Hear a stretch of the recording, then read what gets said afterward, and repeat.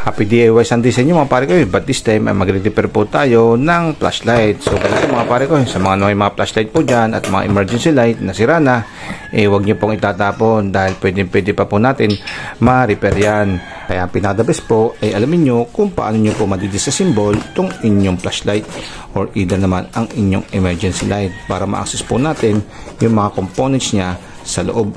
Ito mga pare ko, so dinidisassemble ko na po yung ating flashlight.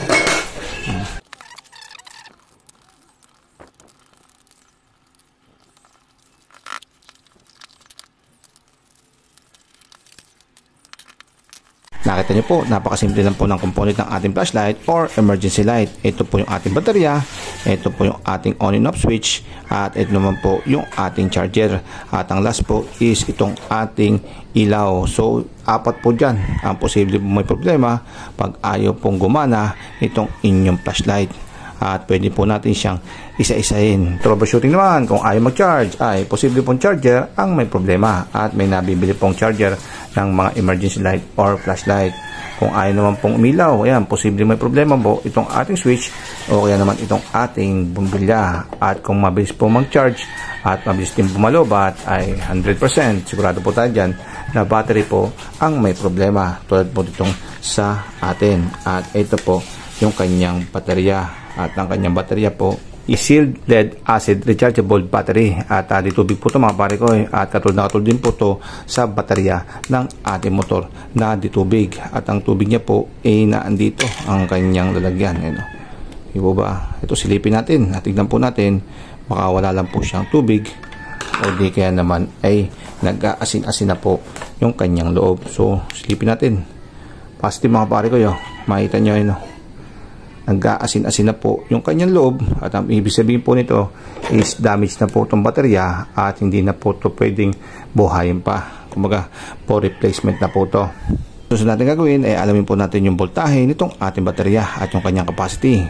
At base po rito ay wala na po tayong ma-read dahil sira na po itong ating baterya. At ang last option po natin ay i-search po natin sa Google kung ano po yung capacity ng baterya nitong ating flashlight or emergency light. So nag-search po tayo at nalaman po natin na itong ating baterya ay 4 volts 3 amps. At susunod po na gagawin natin dito ay kuhanan po natin siya ng dimension. Sa dimension ng sukat ay kukuhanan po natin siya ng length, width at height para po magkasya po dito sa ating lalagyan. So ito mga pare ko, alam na po natin at pwede na po tayo mamili sa online store o kaya naman sa physical store. So dadalhin ko na po ito para po gayahan. At ito mga pare ko, nakabili po ako at ito po yung ating nabili at yung kanyang brand ay Litec.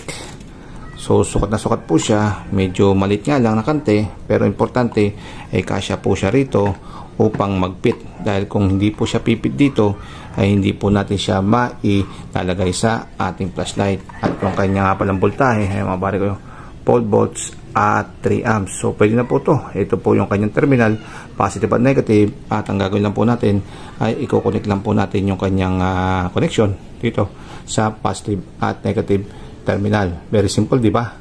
Sa pagkukunin po sa terminal, ito, bahala na po kayo kung ano pong gusto nyo. Pwede nyo pong rekta rito at hinangan or either naman ay kumuha po kayo ng terminal at saka lang po siya ipapasok dito. So kayo na po ang bahala dyan.